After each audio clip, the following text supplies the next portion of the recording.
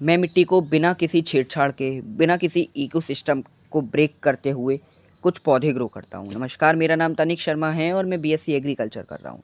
आप ये जो एरिया देख रहे हैं, ये एरिया मेरी या किसी इंसान की पूर्ति करने के लिए नहीं है। इसमें मैंने कुछ सब्जी के पौधे लगाए हैं, तो कुछ ऐसे प्लांट्स लगाए हैं जो बहुत महत्वपूर्ण भी होते हैं। हम इंसान ने शुरू से सिर्फ प्रकृति से लेना ही सीखा है और कभी उसे देना नहीं सीखा। ये जो आप एरिया देख रहे हैं, ये मेरा एरिया नहीं है, ये प्रकृति का एरिया है। ये प्रकृति को मैंने सौंपा हुआ है, मेरा एक छोटा सा योगदान है प्रकृति के लिए। ये मेरे स्वार्थ के लिए मैंने यहाँ पौधे नहीं लगाए हैं। यदि मैं आपसे बड़े प्लांट्स की बात करूं तो यहाँ पे कड़ी पत्ते का प्लांट लगा हुआ है, हरसिंगार का प्लांट लगा हुआ, बेलपत्र का पौधा लगा हुआ है, यूफोर ब्ली की एक वैरायटी लगी हुई है, साथ में एक कनेर का प्लांट लगा हुआ है।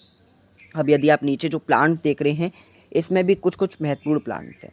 मैंने ये जो मिट्टी तैयार करी है, इसमें मैंने कुछ तैयार नहीं किया है, इसको इसी तरीके से इसी में ही प्लांट्स ग्रो करे हैं। ये एक तरीके की बंजर मिट्टी थी। मैंने बिना किसी गुड़ाई के, खुदाई के, क्योंकि गुड़ाई खुदाई से इसमें रहने वाले सूक्ष्म जीव, जो महत्वपूर्ण जो कीट होते हैं, वो ख़त्म हो जाते हैं, वो मर जाते हैं। हमारे अनजाने में किसी की हत्या हो जाती है और उनका जो इकोसिस्टम होता है वो भी ब्रेक होता है।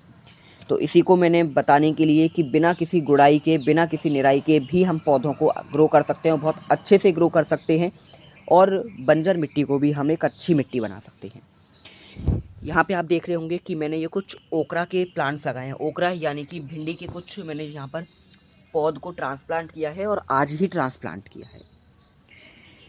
यहाँ पर आपको अभी बहुत मैसी दिखाई दे रहा होगा, लेकिन आप जब इसकी मिट्टी को यहाँ से आप अनुभव करेंगे तो बहुत बेहतरीन मिट्टी है।